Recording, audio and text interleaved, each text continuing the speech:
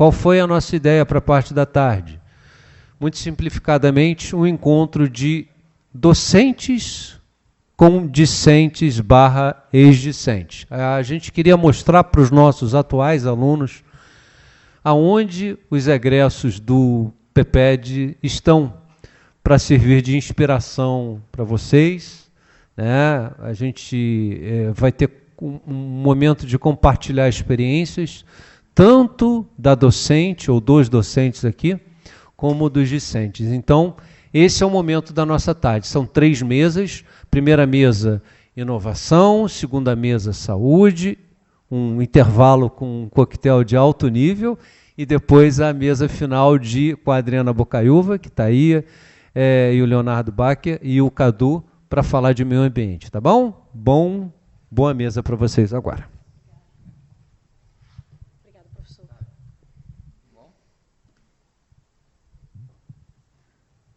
Boa tarde a todos e a todas. Meu nome é Ana Paula, agradeço ao João pela apresentação. Peço desculpas ao atraso, mas pela manhã atrasou um pouquinho também. É uma satisfação enorme estar aqui com vocês hoje. Como o professor João apresentou, eu sou ex-aluna do PEPED, hoje estou na Prefeitura do Rio, sou servidora pública do Governo do Estado, cedida para a Prefeitura do Rio, e a mesa de hoje a gente vai falar um pouquinho sobre inovação com a professora Renata Larroveri e com o Guilherme. Então, vou começar perguntando à Renata. Professora, seja muito bem-vinda, é um prazer estar aqui com você. Minha primeira pergunta é o seguinte, eu faço uma pergunta, ela responde, depois o Léo faz uma pergunta para o Guilherme e a gente vai intercalando. Recapitulando um pouquinho a criação do PEPED, continuando um pouco o exercício que a gente fez pela manhã, um exercício tão bacana com a professora Ana Célia, relembrando o início do programa e toda a trajetória que a gente teve. Você conseguiria contar um pouquinho para a gente quais foram as motivações e perspectivas para a inclusão dessa linha de pesquisa? Boa tarde, seja bem-vinda.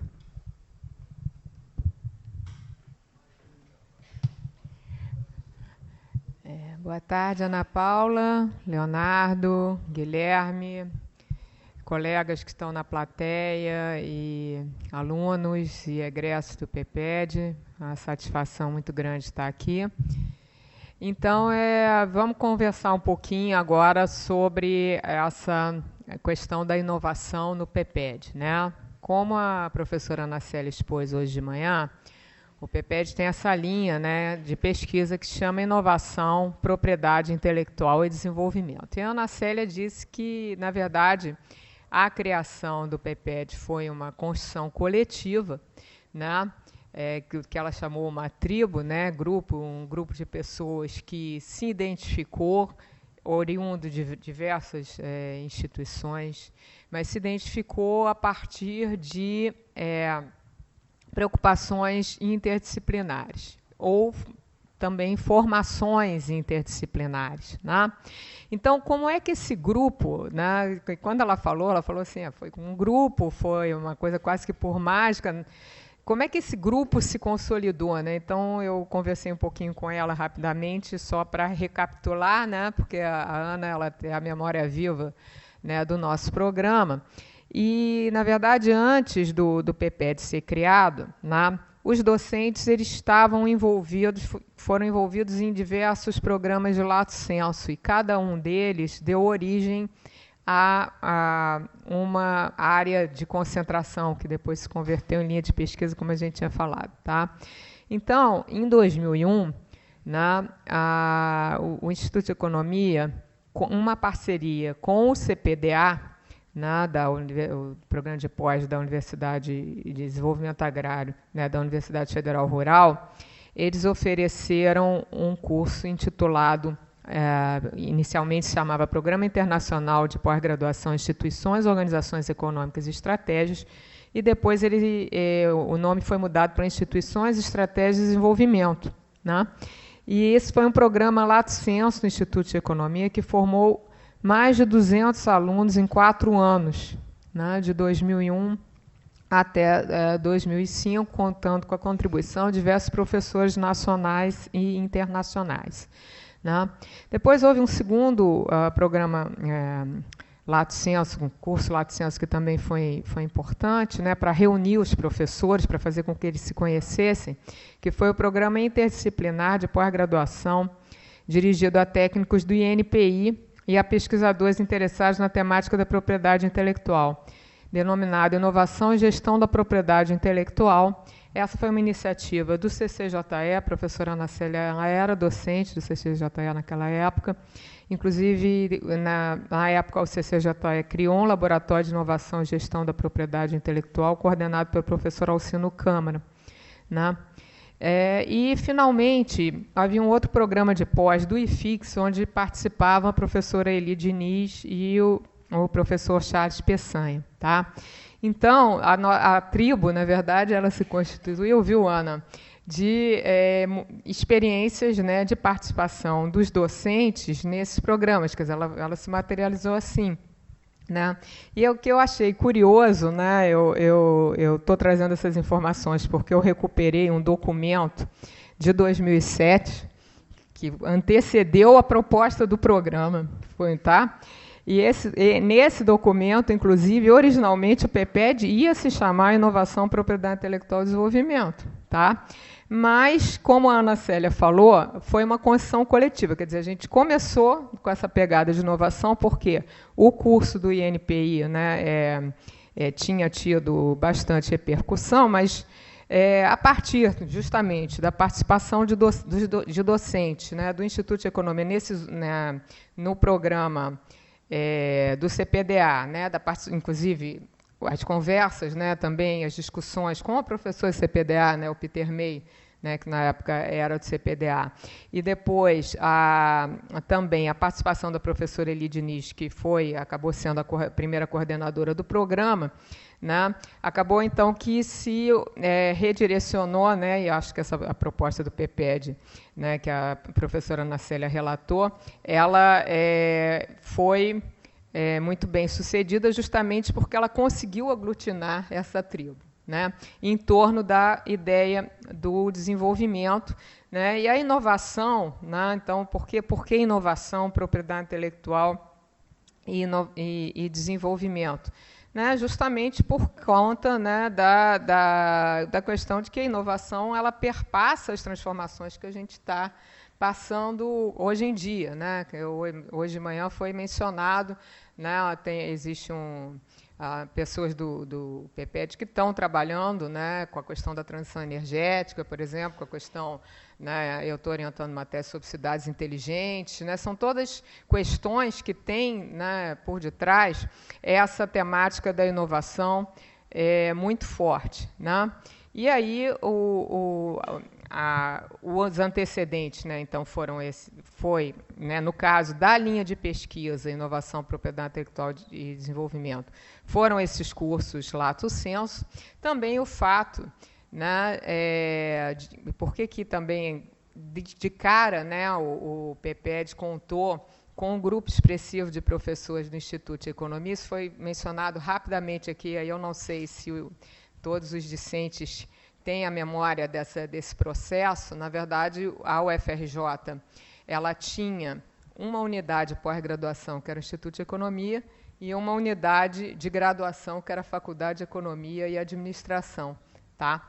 E aí, quando houve a fusão dessas duas unidades, que foi em 1900, se não me falha a memória, foi em 1994, criou-se uma unidade chamada Instituto de Economia, que ficou com um corpo de professores muito maior do que uma pós-graduação isolada podia acomodar. Entendeu? Então, os professores que não estavam engajados diretamente na pós, que hoje em dia se chama o PPGE, na pós-graduação em Economia, justamente porque eram professores ou que trabalhavam com temáticas interdisciplinares, né, como o caso do professor Cadu, né, questão de meio ambiente, ou porque tinham tido uma formação interdisciplinar. Eu fiz doutorado em Economia, mas numa escola institucionalista, né? E eu me lembro quando eu voltei, eu fui apresentar o meu trabalho em algumas universidades e as pessoas não entendiam muito bem, sequer não conseguiam entender muito bem a minha discussão, justamente por conta dessa formação interdisciplinar, né? Então, eu acho que isso fez com que esses professores aderissem, né, com muita vontade, assim, de construir um programa que desse certo. Eu acho que isso foi fundamental para o início do programa. Tá? Deixa eu ver se eu esqueci de alguma coisa. Não, aí a linha, então, ela começa com esse nome, né, área de concentração, inovação, propriedade intelectual e desenvolvimento. A Ana Célia mencionou todos os docentes que participaram inicialmente, né? Carlos Morel, Cláudia Chamas, Paulo Tigre, Luiz Martins, o Vitor Prochnik, a Lia Zenclever, e posteriormente entraram também o Alan Rocha e o Leandro Mendonça, que trouxeram essa temática do direito autoral, que eu acho que enriqueceu muito, né? Porque foi possível também discutir questões associadas à cultura dentro da linha. Né? Então, acho que ela é uma linha, né, que trabalha muito bem essa questão de inovação e propriedade intelectual e portanto, por isso que ela persiste, né, apesar de todas as reestruturações que nós tivemos, era área de concentração, virou linha, etc., mas o importante é que persistem, né, os professores continuam mais ou menos os mesmos e a gente continua com essas preocupações sobre inovação. Tá?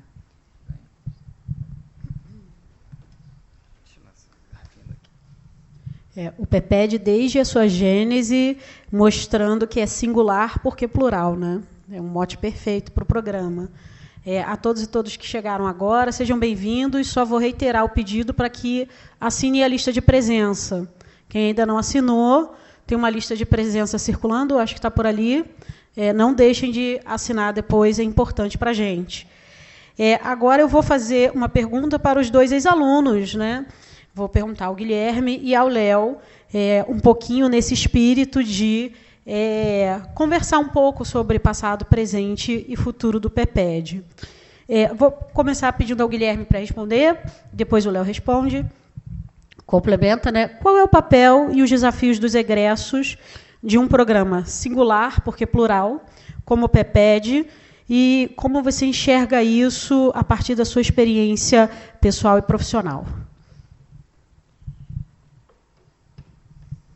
Olá, primeiro, boa tarde a todos e todas. Queria agradecer o convite da Ana Paula para compor essa mesa, né? O PEPED teve uma importância muito grande na minha vida, então fico muito feliz aqui de voltar e contribuir um pouco aí com a minha vivência, né? Eu acho que, bom, não vim da economia, né? Eu vim da sociologia, das ciências sociais. Desde que eu estava na graduação, eu tinha muita vontade de estudar temas relacionados ao desenvolvimento e não, né, desenvolvimento econômico, etc., e não via essa possibilidade dentro do curso que eu estava, né? Então, quando eu conheci o PEPED em 2010, mais ou menos, 2011, logo que abriu, né?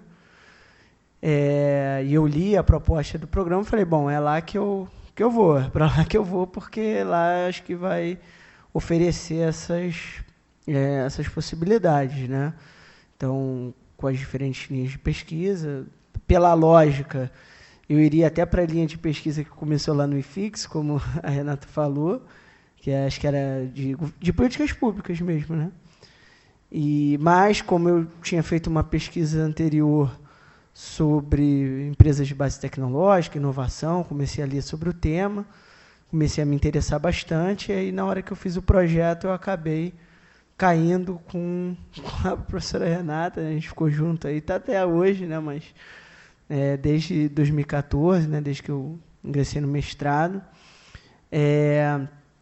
E, assim, foi bastante desafiador no início. Eu acho que isso continua sendo para todos os alunos, principalmente quem não vem né, apesar de ser multidisciplinar, né, tem uma carga forte da economia mesmo que é heterodoxa, então acho que eu que vim das ciências sociais já tinha uma facilidade por conta de leitura, de conhecer alguns temas e conceitos, mas eu fico pensando quem vem, né, de biologia, que tem alunos de todas as áreas de conhecimento, praticamente, das pessoas que eu convivi, e realmente é um desafio muito grande, né, porque as ciências humanas não são fáceis de entender, apesar das pessoas acharem que é mais fácil do que das ciências exatas, vamos dizer assim. É muito complexo você, né, conseguir entender aquele raciocínio, encadeamento de conceitos e aquela coisa toda, ainda mais já tendo se obrigado a fazer algo já interdisciplinar na origem, né? Então, eu acho que, mesmo eu tendo um pouco de facilidade, foi um desafio muito grande, principalmente no mestrado, né? Uma carga de coisas novas que eu tive que aprender. Mas, ao mesmo tempo, e aí já passando para a segunda parte, eu acho que isso enriquece muito, né, a sua vivência, tanto como pesquisador, mas as habilidades e temas que você acaba conhecendo um pouco, e isso te abre portas profissionalmente muito maiores, né? Porque você acaba se familiarizando com muitos temas diferentes, e eu acho que conhecendo pessoas também de diferentes origens, né? Isso também facilita, principalmente para as exigências do mercado de trabalho hoje, né? Que você tem que ser um profissional que tem que ter um conhecimento técnico, mas você tem que saber transitar, principalmente quando a gente está falando de inovação. Inovação se faz no encontro das diferenças, né? Então, acho que o PEPED, pela sua proposta, todas essas características que a Renata falou, é um dos melhores lugares para trabalhar a inovação, estudar a inovação por conta disso, porque a inovação você tem que, quem já trabalhou, já teve essa experiência, principalmente profissionalmente, você tem que falar com empresas, você tem que falar com universidades, você tem que falar com o governo, cada um fala uma língua, cada um tem um modo de pensar. Então, esse é um grande desafio, e eu acho que o programa, para além da parte conceitual, né, que acho que já foi bastante falado, da excelência dos professores, mas te colocar sempre, né, nesse desafio de conviver com a diferença, sendo os outros alunos, sendo outras áreas que você não domina, eu acho que é fundamental, e para mim, né, depois posso contar um pouco mais da minha experiência profissional, foi crucial. Sem o PEPED eu não estaria onde eu estou hoje, com certeza. Inovação se faz no encontro da diferença. A gente já tem aí o mote para a linha de pesquisa de inovação. Muito boa a síntese, Guilherme. Obrigada. Vou passar para o Léo. Bem, obrigado, Ana. Boa tarde, pessoal. Primeiro, assim, agradecer a oportunidade de estar falando, porque certamente aqui todos os alunos, os egressos aqui poderiam estar também nesse momento compartilhando também as suas ideias. Então, enfim, obrigado pela oportunidade, mas espero, inclusive, que enfim, a gente abra também essa conversa, porque tem muito interesse também em conhecer as trajetórias de vocês. Bem, sou o Leonardo, o meu ingresso no PEPED foi em 2009, então eu entrei, na verdade, no segundo ano, né, do PEPED, inicialmente sobre a orientação da Ana, mas que logo, no começo, também pelo envolvimento da Ana com muitos assuntos. Eu lembro como se fosse hoje, que teve um momento em que eu cheguei para conversar com a Ana, porque, né, a gente precisa, chega um momento que a gente precisa de um orientador ativo orientando, e a minha conversa com a Ana foi: Ana, eu acho que eu vou precisar de um co-orientador, ou de uma co-orientadora, e eu estou pensando na Renata. A Ana, na hora, falou: eu acho ótimo e eu acho mais. Eu acho que a Renata devia ser a tua orientadora e eu passo a ser a co-orientadora. Então, Renata, então, nessa abertura aqui, te agradecer, enfim, pela nossa trajetória também, eu acho que na discussão desse tema, do meu tema, que era o tema da inovação. Antes de vir para o PEPED, eu estudei, fiz administração, estudei também ciências sociais, Guilherme, e tinha um sentimento muito parecido com o teu, assim, né? Existiam zonas, digamos assim, meio cinzentas, né? Assuntos que eu gostaria de saber mais e que eu, naqueles campos, eu diria, disciplinares, não conseguia. E no PEPED, acho que encontrei esse terreno assim, fértil para trabalhar esse tema. Ana, para ficar realmente na tua pergunta, né, você trouxe a pergunta de qual é o papel também dos egressos, né, dentro desse contexto. E aí eu respondo a tua pergunta também com uma outra história. Antes de vir para o PEPED também, eu tive uma experiência com esse tema do empreendedorismo, com a inovação na PUC ainda. Trabalhei na incubadora de empresas no Instituto Gênesis da PUC.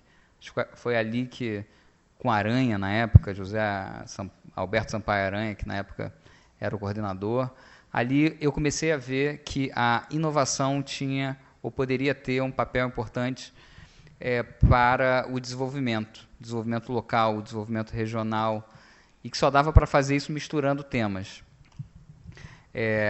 E aí, quando eu decidi vir para o PEPED, eu quis muito ter uma experiência com política pública. Enfim, larguei tudo que eu estava fazendo na época e fui trabalhar na Secretaria de Transportes, numa área de logística de cargas, inclusive com com egresso também do PEPED, com o Eduardo Duprá, né? Quem orientou o Duprá? Também? Olha, já nem lembrava disso. E aí fui trabalhar na Secretaria de Transporte com o Duprá, vejam vocês, né? Um garoto, mais garoto na época, porque eu queria ter uma experiência com política pública. Eu achava que na Secretaria de Transporte do Governo do Estado do Rio de Janeiro eu teria essa experiência. Mais ou menos, né? Porque quando você entra, de fato, realmente no poder público, você vê que nem tudo ali é realmente sobre fazer política pública, ou não, pelo menos, da forma como a gente acha que né? By the book. Foi uma experiência sem dúvida, mas rapidamente eu vi que daria para ter essa experiência, Ana, em outras esferas. E aí eu resolvi voltar para a inovação, né? Queria voltar a trabalhar com isso. E aí, bem, o que eu ia fazer? Tomei uma decisão. Eu falei, bem, eu vou escolher um tema de pesquisa que me encaminhe, eventualmente, para um lugar de trabalho. E aí eu falei, parques tecnológicos, incubadores e tal. Eu falei, não, eu vou falar sobre parques tecnológicos e, bem, eu vou fazer minha pesquisa e eu vou tentar me organizar por aí. E aí, uma das pessoas que eu resolvi entrevistar, nesse contexto, aí também nas discussões que tinha com a Renata e tal, decidimos que eu ia estudar parques tecnológicos, governanças de ativos de conhecimento em parques tecnológicos, um negócio meio grande, meio impreciso no início. E aí eu fui entrevistar o Maurício Guedes, que na época era o diretor do Parque Tecnológico da UFRJ. Ele não sabia, mas ele foi selecionado por mim, porque eu tinha interesse em entrar no Parque Tecnológico. Então foi ótimo, a gente se conheceu ali, tempos depois, e aí eu já encaminho para encerrar essa minha intervenção. Bem, passei por um mestrado, né? Quer dizer, tem um mestrado acadêmico, né? E embora o PEPED, né, seja um mestrado acadêmico, ele tem essa dimensão, eu acho que, primeiro, do perfil das pessoas que entram no PEPED, né? Na época ainda, quer dizer, eu já tinha bastante experiência profissional, mas era mais jovem, mas os meus colegas eram colegas, de fato, que já estavam há muito tempo, enfim, no mercado e com muita experiência, né? E ali eu vi que o PEPED trazia para mim uma possibilidade realmente que tinha a ver com o conhecimento, com a teoria, mas que tinha uma dimensão prática. E aí o Maurício disse assim, Léo, você me fez várias perguntas aqui, falou que dava para mudar tudo, e que estava tudo errado, a arrogância do jovem, né? E ele falou, então faz o seguinte, para de falar em teoria e vem fazer na prática. Então ele me convidou para, de certa forma, montar com ele ali a história lá do Parque Tecnológico da UFRJ numa fase específica do parque. E aquilo ali foi muito interessante para mim, porque começou... Bem, aí eu já estava terminando o mestrado, encaminhei a minha dissertação, então, como um estudo de caso do Parque Tecnológico e tive a oportunidade de colocar muito próximo a teoria e a prática. Então, a minha tese, que era uma tese teórica, foi se tornando cada vez mais um instrumento para que eu atuasse na prática e contribuísse para o Rio de Janeiro, para o desenvolvimento, né, do empreendedorismo e da inovação no Rio de Janeiro. E aí, já como, ex-aluno, segui, depois a gente fala um pouco mais sobre isso, mas eu acho que o papel de um egresso do PEPED, sendo o PEPED do Rio de Janeiro, embora a gente tenha essa aspiração nacional, né, que a gente estava falando aqui hoje de manhã, né, que o Rio de Janeiro pensa o Brasil, né, o Prado estava dizendo isso, pensa o Brasil, pensa o mundo, mas cadê o Rio de Janeiro nisso? Eu acho que o PEPED, pelo menos para mim, trouxe ou jogou luz para essa responsabilidade de pensar o local onde eu moro, de pensar o Rio de Janeiro. Portanto, a partir da inovação, como é que a gente repensa o Rio de Janeiro? Como é que a gente refaz algumas bases? Como é que a gente cria políticas públicas? Como é que a gente aproxima esse público das estratégias privadas, que no final das contas foi onde eu fui me colocando, para que a gente de fato gere impacto positivo. Então eu acho que como ex-aluno do PEPED, vinha me colocando esse desafio pessoal e hoje, na minha prática profissional, isso é muito claro. Assim, o meu papel como egresso é não só falar sobre essa experiência, mas também fazer com que o PEPED avance. E aí, Prado, eu acho que muito nessa linha. Eu acho que assim, como que a gente constrói um programa que seja que tenha excelência acadêmica, mas que tenha um compromisso concreto com a mudança estrutural do local onde a gente está. E no meu caso, eu acho que do Rio de Janeiro. Então, a ideia, inclusive, eu acho que do meu envolvimento com a Alumni é tentar fazer, tentar ajudar, né, que essa roda ela continue girando, eu acho que em torno dos temas que a gente acredita, né? Acho que dos propósitos de cada um e desse propósito que a gente, acho que comunga, né? Que é pensar, de fato, um desenvolvimento em outras bases. É isso. Obrigada, Léo. É engraçado como esse mundo tem muitas interconexões, né? Você trabalhou com o Eduardo Duprá, na Secretaria de Transportes, com quem um outro colega egresso do PEPED também trabalhou, o Leandro Damasceno está aqui na plateia, e hoje, tanto o Guilherme quanto o Leandro trabalham com o Eduardo Duprá no governo do Estado. E o Eduardo também é egresso aqui do programa, né? Então, vejam que geram sinergias, né? Professora Renata, eu queria perguntar a você, você contou um pouquinho para a gente sobre o início, né, de como essa discussão da inovação esteve presente desde a gênese do PEPED. Como essa linha de pesquisa se insere nas políticas públicas de 15 anos atrás e também dos dias atuais? É uma excelente pergunta, porque eu acho que se a gente olha, né, a própria literatura sobre política de ciência, tecnologia e inovação de 15 anos atrás e a literatura atual, a gente percebe que houve uma mudança, né, uma evolução e uma crescente percepção, por parte, inclusive, dos gestores públicos, né, de que não é possível você desenhar uma política pública sem ter uma visão sistêmica. Né? Então, quando a gente olhava as políticas de inovação há 15 anos atrás, ainda havia muitas que tinham o que a gente chama de visão linear. Né? Que eu me lembro de ter orientado a tese do Ricardo Tillman, por exemplo, que é um professor de Volta Redonda, que ele analisou os investimentos com recurso do FNDCT, né?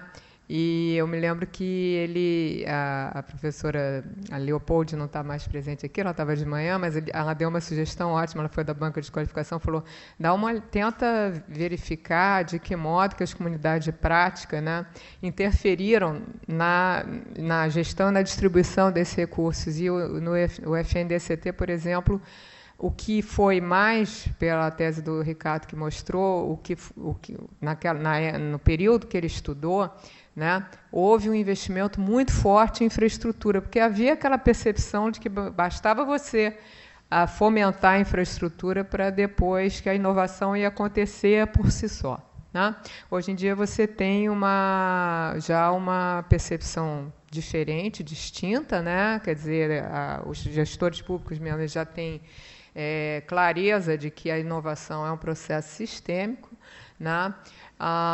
Eu tenho participado de pesquisas, por exemplo, do professor Nivaldi, Castro, né, sobre a questão da transição energética, e a gente percebe a ANEEL, né, sempre dialogando, né, com o GESEL, com o grupo que é coordenado pelo professor Nivaldi, justamente por conta dessa questão que eles têm agora o cuidado, né, ao definir programas, né, eles fizeram nós fizemos, né, nós, que eu digo, os professores do PEPED, o grupo, a Rede CIST, né, junto com o Grupo de Economia da Inovação e o GESEL, nós fizemos uma avaliação em profundidade do Programa de Pesquisa e Desenvolvimento da ANEEL e conseguimos, inclusive, colaborar com sugestões, e o programa foi completamente redefinido agora, né?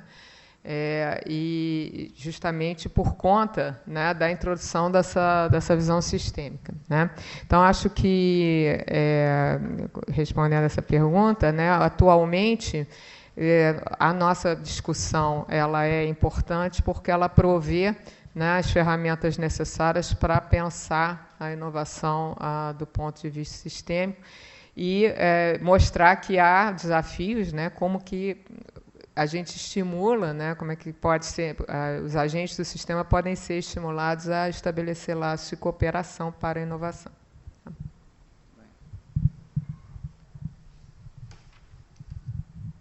Essa relação, né, do PEPED com diversos atores sociais é uma das características que torna o programa mais rico, né? E acho que isso é um desafio muito grande para a gente e também um dos maiores ativos do programa. Queria perguntar agora para o Guilherme, mas antes de perguntar, vou aproveitar aqui o momento e fazer um jabá aqui da Alumni. Pessoal, nós temos um Instagram que é bombástico. No dia de hoje está bombante.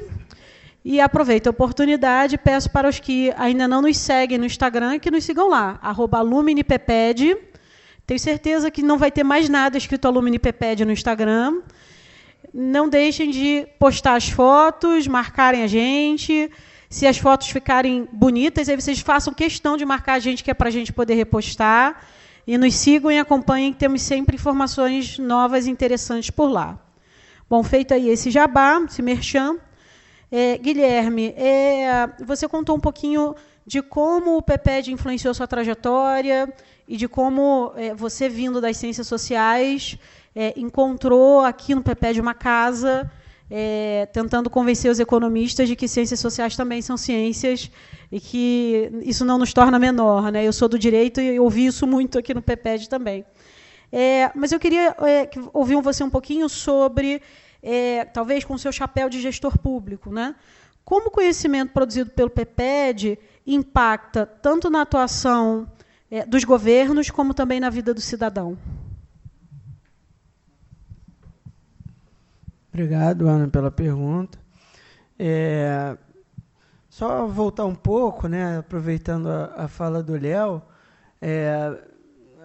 o sentimento, né, é muito parecido.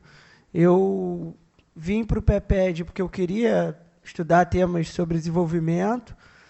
Na época, eu acho que eu entrei mais novo ainda que o Léo, eu entrei com 25 anos. No PEPED, quando você entra com 25 anos, você é praticamente uma criança, né? Só tinha eu dessa idade.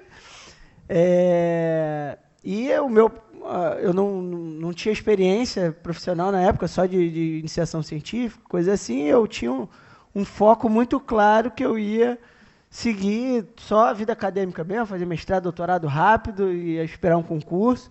Só que eu terminei num momento meio ruim do país, então eu tive que dar um passo atrás nesse plano. Mas hoje, né, fazendo uma retrospectiva, e dá para reconhecer muito isso, que eu também queria atuar, né? Era claro que, lógico, né, era o que eu tinha na época, mas eu tinha muita vontade também de atuar em prol do desenvolvimento, não só como pesquisador, mas como alguém que está ali fazendo. E eu acho que é fundamental ter essa experiência prática, que aí você vê como é que a vida real funciona, né? E, inclusive, por indicação do Léo, né, foi o segmento dessa história aí, né, quando o Maurício saiu do parque, ele foi para a FAPERJ, e aí ele procurou o Léo para indicar alguém, Aí o papel dos egressos do PEPED me botou ali como... fui indicado, então, para trabalhar na FAPERJ, né? Estou lá desde 2018. E também nos últimos 2 anos tive uma experiência também bem gratificante com o Leandro na Secretaria de Planejamento, né? Pensando no planejamento estratégico do Estado, tentando fazer aí um pouco o que o Léo falou de trabalhar pelo nosso Estado, pela melhoria, né, da nossa qualidade de vida, e trabalhando com a parte de ciência e tecnologia, né? Assim, trabalhar no setor público, assim, eu acho que primeiro que é muito gratificante, principalmente para quem passou por um programa de políticas públicas, né? E eu estudava Rio de Janeiro, fui para Ciência e Tecnologia no Rio de Janeiro, né? Sistema de Inovação no Rio de Janeiro, fui trabalhar na FAPERJ para tentar ajudar o sistema de inovação do Rio de Janeiro. É um presente, assim, né? É uma oportunidade única. Eu acho que poucas pessoas conseguem realmente unir essas duas coisas, como o Léo conseguiu, eu consegui também. E aí eu acho que quando você passa um pouco para o outro lado, você começa a ver todas as dificuldades que existem, né? É muito fácil ali escrever, às vezes, um artigo, fazer várias recomendações, essa coisa da arrogância do pesquisador, de chegar lá. Não, é só fazer isso, é só fazer aquilo, é simples, né? E não é, né? Quando você vai para o mundo real, principalmente no setor público, você vê que existem, né, diversas barreiras, burocracia, sabotagens e coisas de toda a ordem, né? Você faz o possível, não o que a literatura mais atual recomenda, né? Mas aí, só para terminar, eu acho que, sem dúvida, né, a experiência acadêmica que eu construí aqui no PEPED me bota em outro nível na hora de realmente fazer a política pública, né? Então, principalmente comparado, né, quando você vai ter que conversar, vai ter que alinhar com pessoas que não tiveram essa construção, né? Então, com certeza, é fundamental. É difícil, né? Não é fácil, não é simples, não é simples como nos artigos que a gente lê, mas eu acho que te dá um status, né? Uma legitimidade também, né? Principalmente na área de ciência, tecnologia e inovação, aí só para terminar, pensando de 15 anos para cá e hoje, né? Principalmente nessa parte que eu atuo hoje também, tanto academicamente com a Renata ainda hoje, que é essa parte do empreendedorismo, que é uma área que há 15 anos atrás quase não se falava tanto, né? Quem conhecia a palavra startup, hoje até o Jornal Nacional fala. Mas também todo mundo virou especialista, fazendo aquele slide do cara subindo a montanha e se superando, e é um monte de coach. E aí você fala, não, peraí que eu estudei isso, não é bem assim como você está falando, então eu acho que te dá ali uma legitimidade, né, para resumir.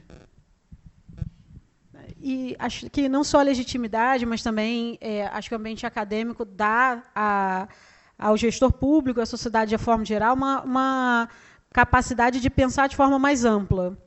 Porque eu estive um tempo nessa discussão de empreendedorismo pelo governo do Estado, e a quantidade de vezes que eu vi o slide do cara subindo a montanha e dizendo, não, eu cheguei no topo do morro, não sei o que, então eu sou empreendedor, né? Dá vontade realmente de gritar e sair correndo, sozinho, sem nenhum apoio. Ele não é rico, não é herdeiro, não teve nenhum tipo de apoio para fazer aquilo. E acha que isso é empreendedorismo. Mas é justamente para isso que eu acho que o ambiente acadêmico vem e traz, olha, você precisa olhar outras coisas que estão no seu entorno, né? Eu acho que essa é a grande riqueza do PEPED. Léo, você começou a contar um pouquinho da sua história para a gente.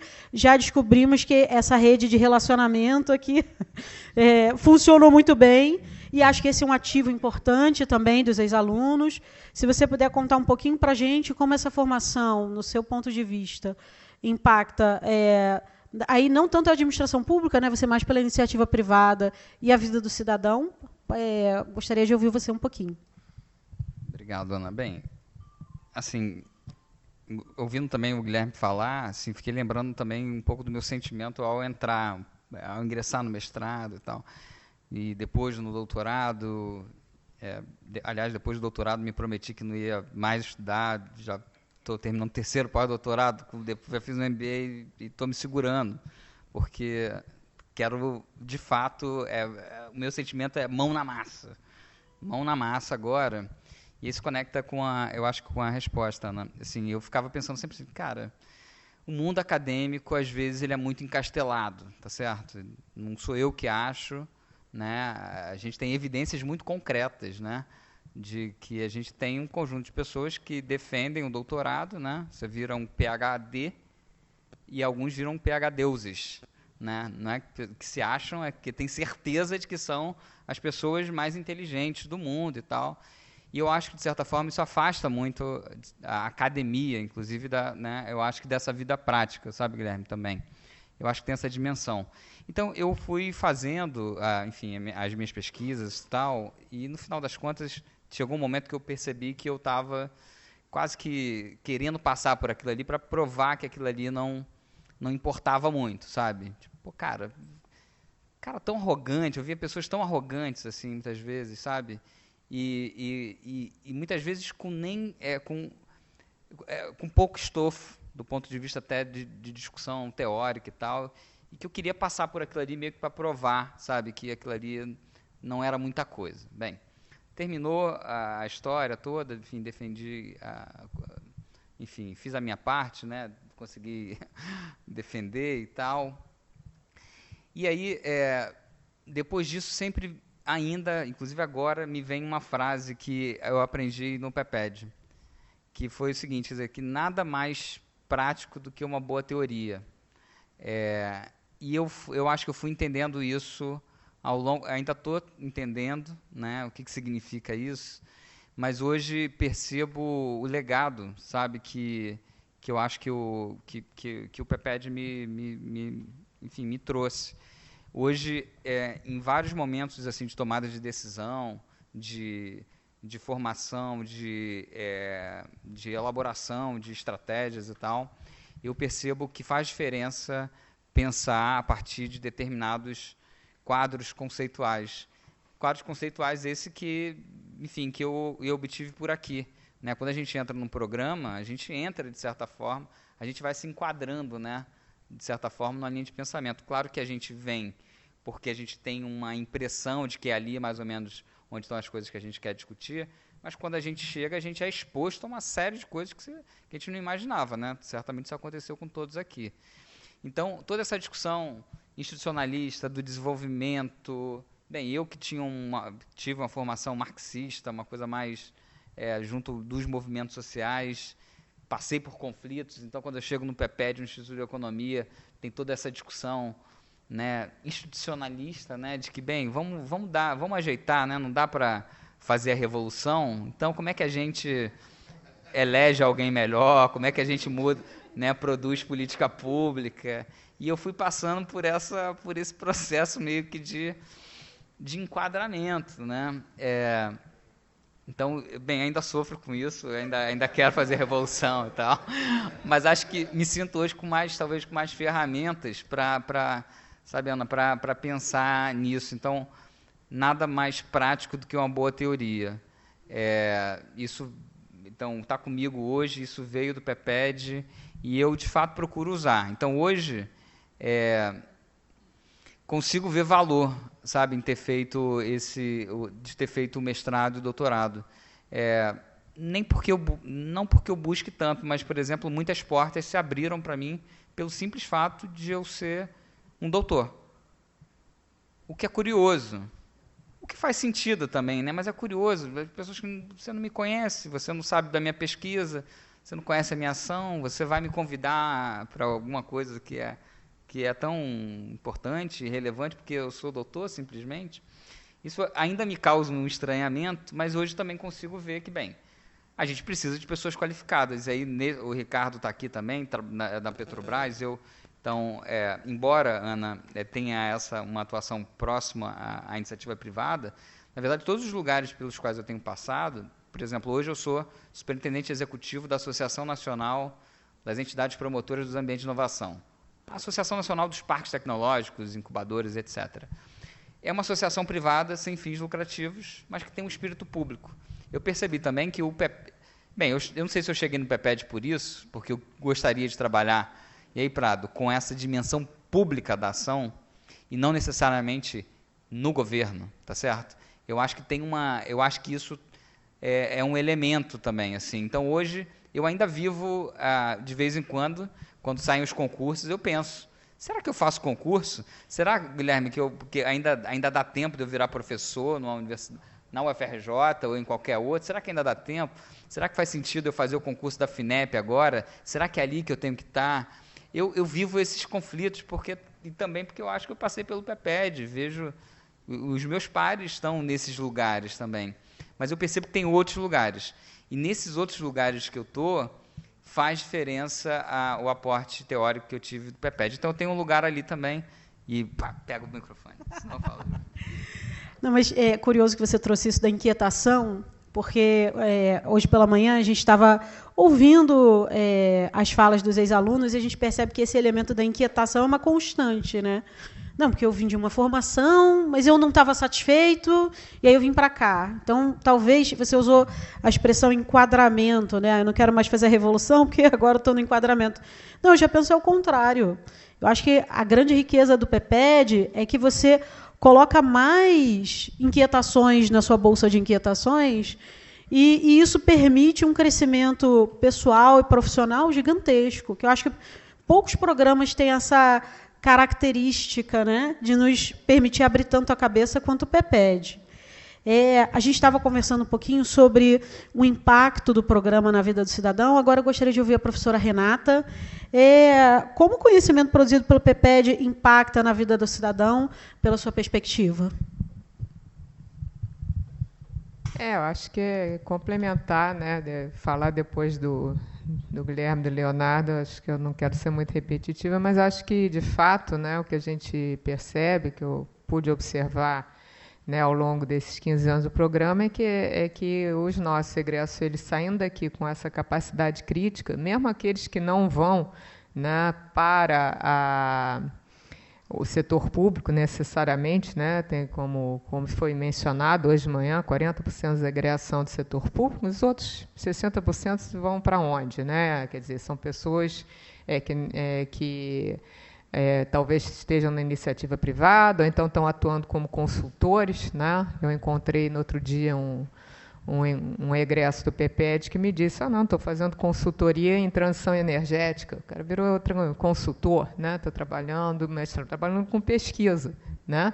Então, hoje em dia, o mercado de trabalho ele também é multifacetado. E aí, como é que isso impacta na vida dos cidadãos? É que esse conhecimento que a gente está gerando, de uma certa forma, acaba chegando, né, aos cidadãos no formato de melhores políticas públicas mais sistêmicas, mais adequadas, lógico que com todas as dificuldades, né, que Guilherme e Leonardo já apontaram, né, que desenhar e implementar principalmente uma política pública, né? Então o desenho já é complicado, a implementação é mais ainda por conta, né, dos problemas da própria natureza da instituição pública, e a avaliação, né? Eu acho que isso é uma outra coisa, viu, Luiz Carlos, que a gente precisa também pensar para o futuro, como é que a gente aperfeiçoa, né, os mecanismos de avaliação de políticas públicas, né?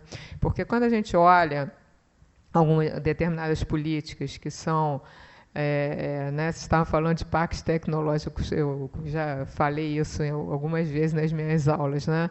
Existem determinados conceitos, né, que parece que viram moda entre os gestores públicos durante certos períodos de tempo, né? Então, o Cassolato costumava dizer isso, né, dos arranjos produtivos locais, né, Marina, que teve uma época que qualquer coisa era um arranjo produtivo local, né? Você tinha lá um prédio com um letreiro, arranjo produtivo local da cidade, não sei o que.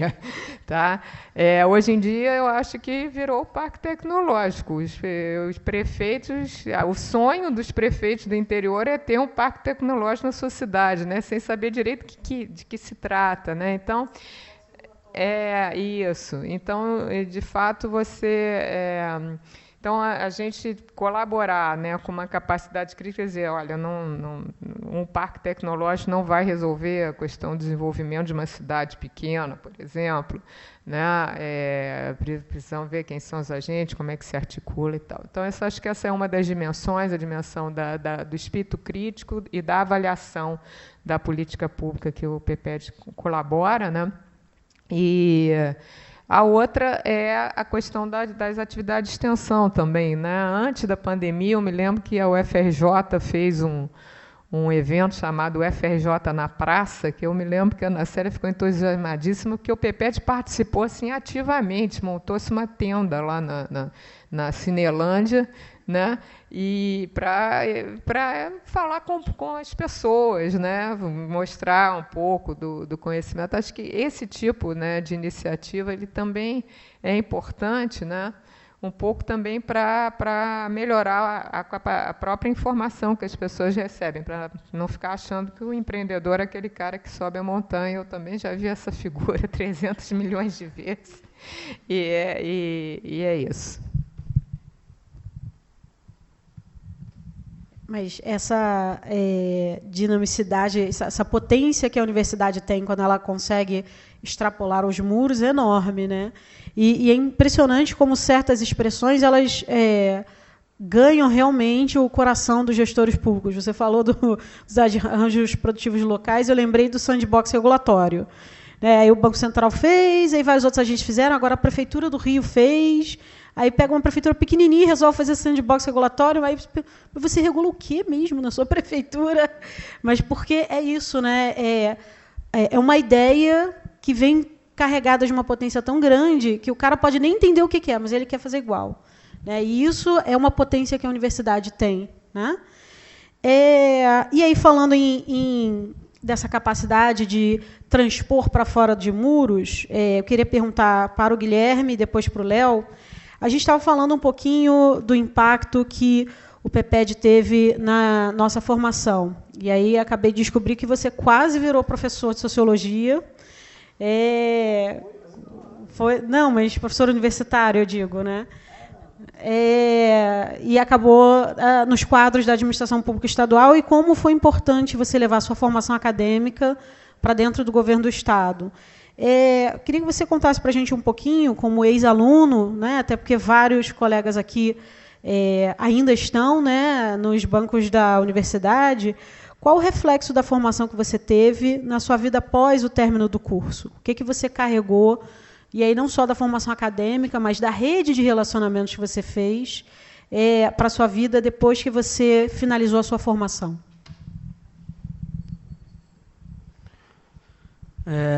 Não, só para esclarecer, eu fui professor, quer dizer, meu concurso ainda é de professor durante 8 anos, escola pública. E aí também um outro desafio que eu acho que muita gente deveria passar antes de sair falando um monte de coisa aí sobre educação, entrar na sala de aula, escola pública, escola de comunidade, entrar numa sala de professores. Você vê cada coisa que eu prefiro nem lembrar. Mas é isso, é um desafio. Dei minha contribuição lá, impactei a vida de algumas pessoas também.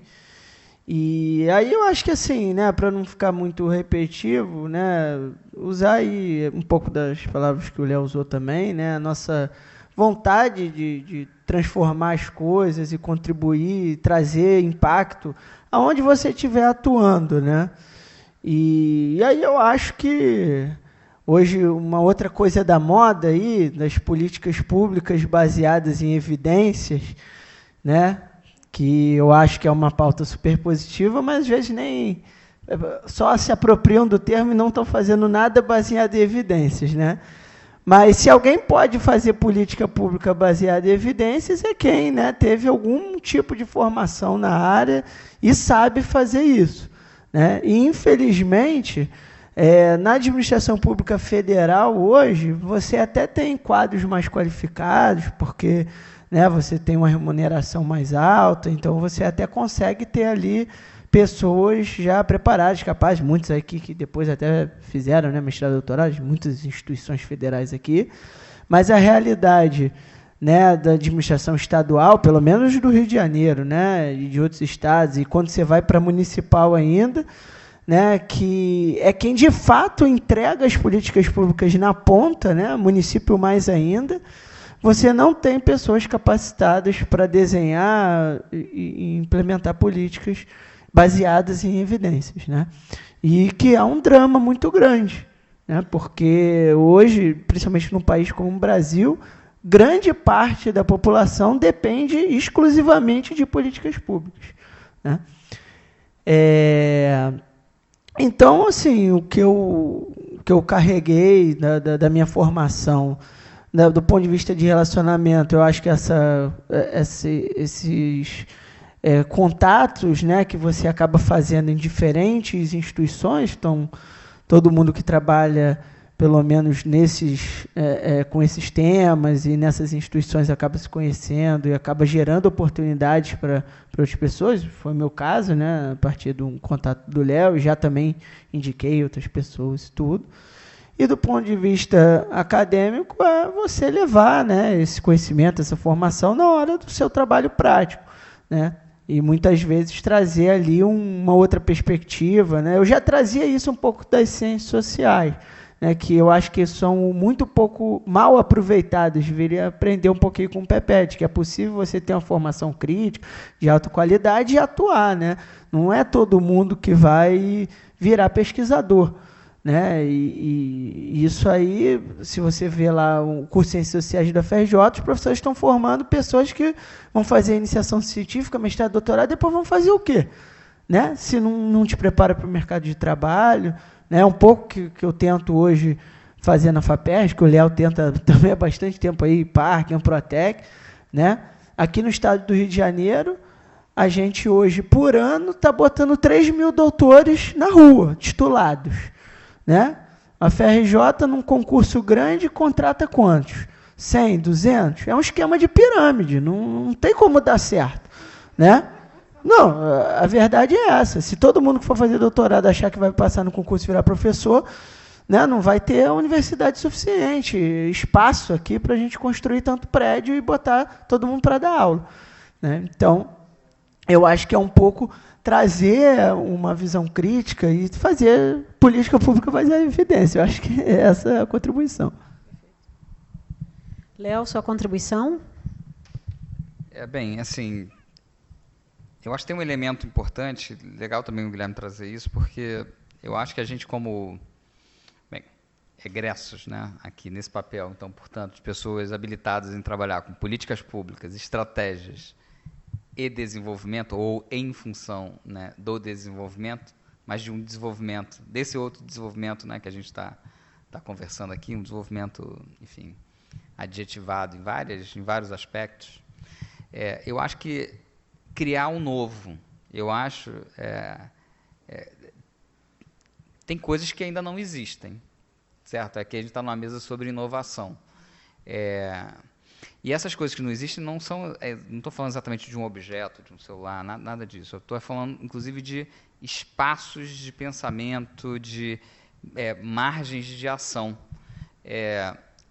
especialmente no Rio de Janeiro, né? Assim, a gente vive aqui, acho que é um lugar muito sui generis, tem muita. Uma pergunta que eu tenho feito, depois que eu terminei, que eu decidi que eu não ia mais estudar, eu fui fazer um pós-doc na Belas Artes, para descansar.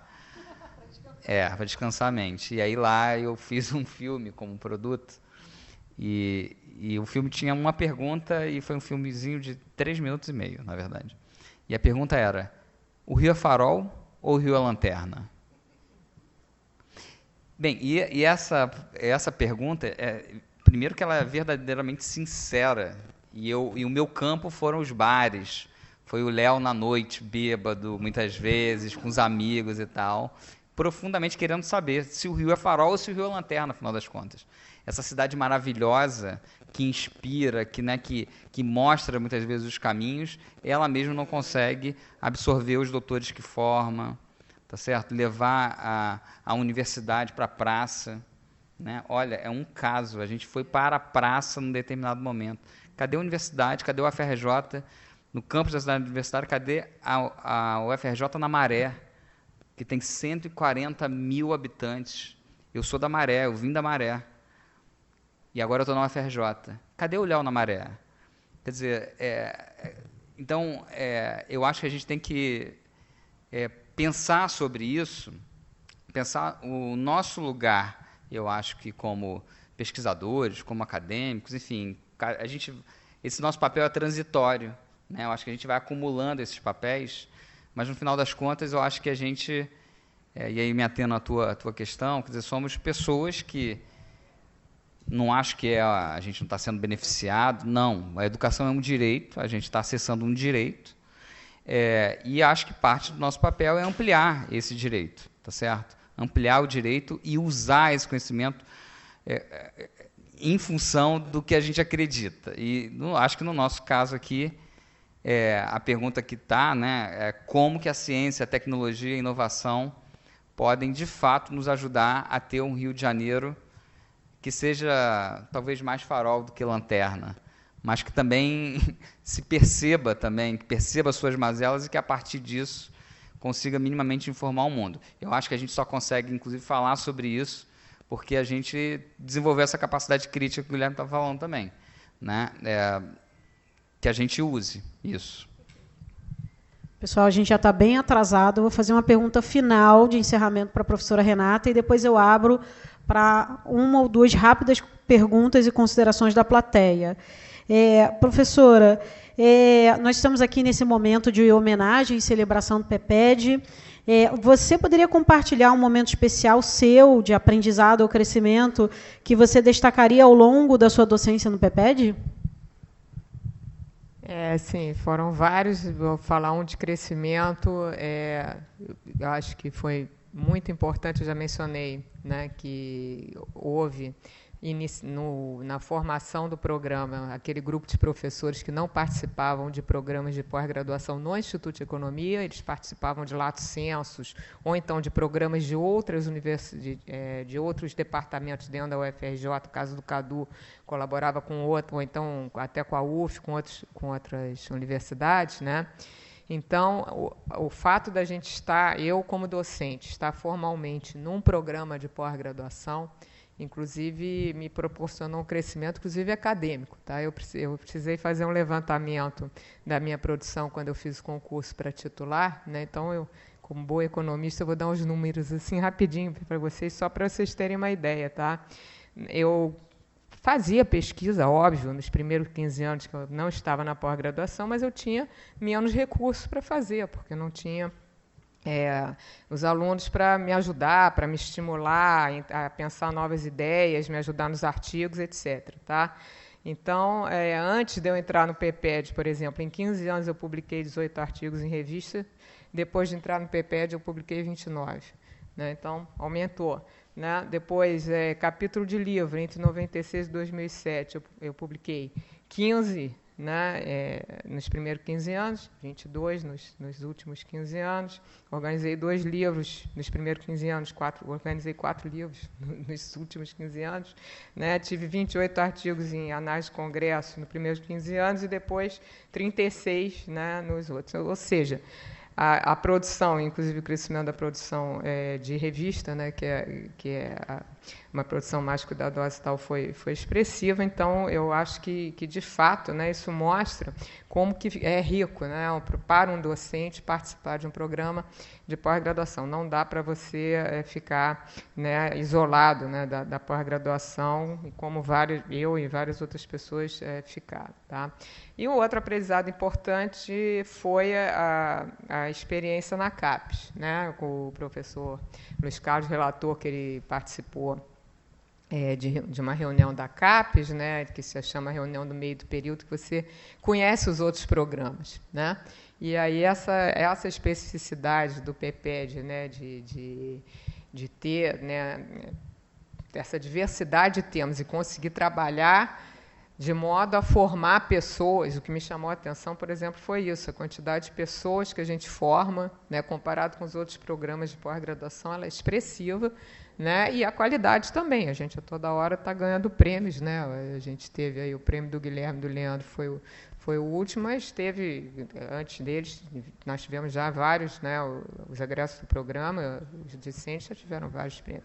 Então, acho que né, o recado final que eu queria dar é que a gente está no rumo certo, a gente precisa, de fato, trabalhar mais, né, essa questão da nossa visibilidade, né, como foi dito hoje de manhã, né,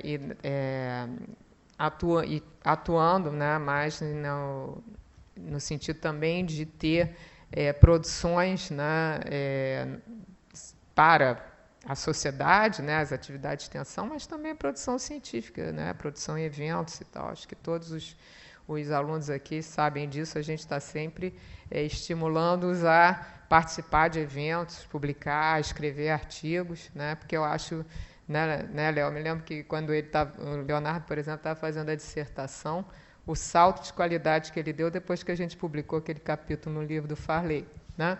Porque escrever, sentar, escrever, divulgar para um outro público e tal, isso é uma experiência muito importante. Tá? Então, acho que foi, de fato, um belo aprendizado e é por isso que eu não estou aqui no programa ainda e pretendo continuar nos próximos anos. Obrigada. Pessoal, já estamos muito atrasados. Vou abrir espaço para um último comentário da plateia. Acho que o professor Luiz Carlos quer falar.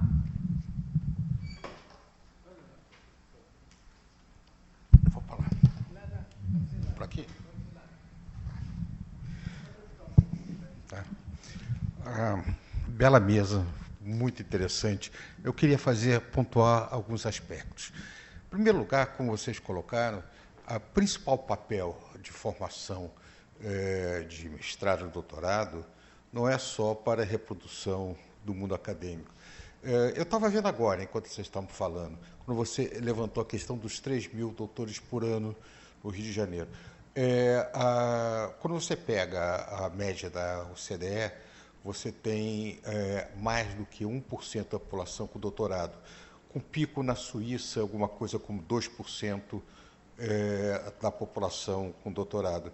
Você pega um país como o Brasil, tem em torno de 19 por 100 mil, é mínimo.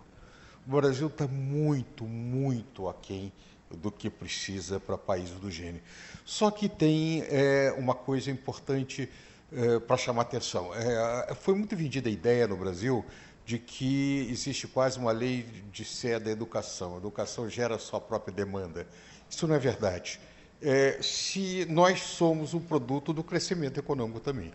Se a gente não consegue mobilizar e transformar a realidade do país, não vai ter lugar para... Mas isso é um problema do país. Acontece que nós vamos formar aqui e vamos procurar outro lugar. Quer dizer, é o nosso papel também criar as condições necessárias para contribuir, para transformar o país, para gerar demanda para aquilo que nós formamos, não como uma reserva de mercado, nada disso, porque somos necessários, até por essas razões que vocês aqui colocaram. O Brasil é um país peculiar disso, nós temos quadros do mais alto nível internacional, muito sofisticados intelectualmente, mas a nossa média não é boa. Então, nós temos uma dispersão muito grande.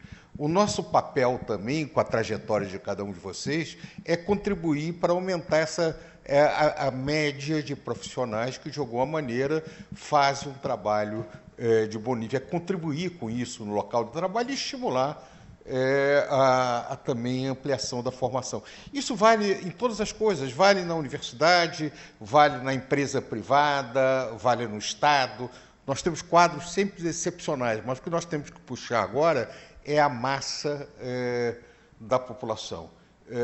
Muitas vezes os órgãos de fomento estimulam muito a disputa pelo pico. Isso é muito bom para o indivíduo, mas para a sociedade o que interessa é o movimento combinado, contínuo do conjunto das pessoas, até porque não é possível todo mundo simultaneamente ser o primeiro, né? Aí é uma falácia da agregação. Então, eu queria só pontuar isso e dizer, olha, eu estou tão impressionado com a quantidade de coisas que estão acontecendo no Estado, nós precisamos fazer mais coisas institucionais entre o Estado do Rio de Janeiro e o PEPED. Eu acho que essa é a hora, né? Nós temos várias ex-alunos, pessoas que nós temos contato, de formalizar mais isso que vai surgindo espontaneamente. Nós temos que ver como fazer isso, como aumentar a nossa contribuição, trazer mais quadros do Estado para estudar aqui, eventualmente nós criarmos cursos, programas de pesquisa relacionados com isso. Então, eu fiquei muito feliz com essa mesa, eu acho que reflete um pouquinho, não apenas o que nós somos, mas o que nós precisamos ser, onde nós precisamos entrar mais. Obrigado.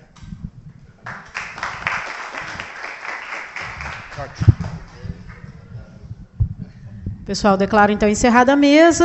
Eu vou passar para o professor João para ele dar continuidade. Muito obrigado, gente. Que mesa de alto nível.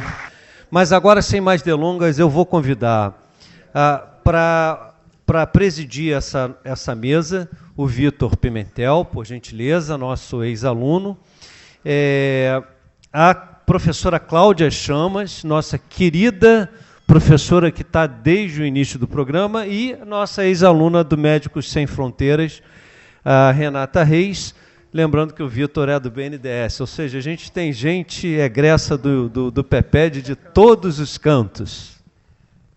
Boa tarde, obrigado, professor. É difícil de... Com certeza o João não lembra, mas foi ele que me entregou o canudo na graduação em 2010. Se ele lembrou, ele está enganando. Mas eu me lembro. Gente, boa tarde a todos. Prazer estar aqui. Entrar nesse campus é uma alegria e uma emoção muito grande. E, enfim, vou aqui sem mais delongas, né?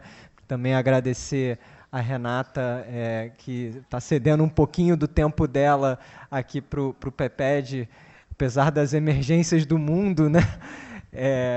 O negócio está pegando fogo lá em Gaza, né, Renata? Mas eu acho que aqui é um momento também, espero que você possa compartilhar com a gente aqui e até te ajudar a pensar um pouquinho fora da emergência, né?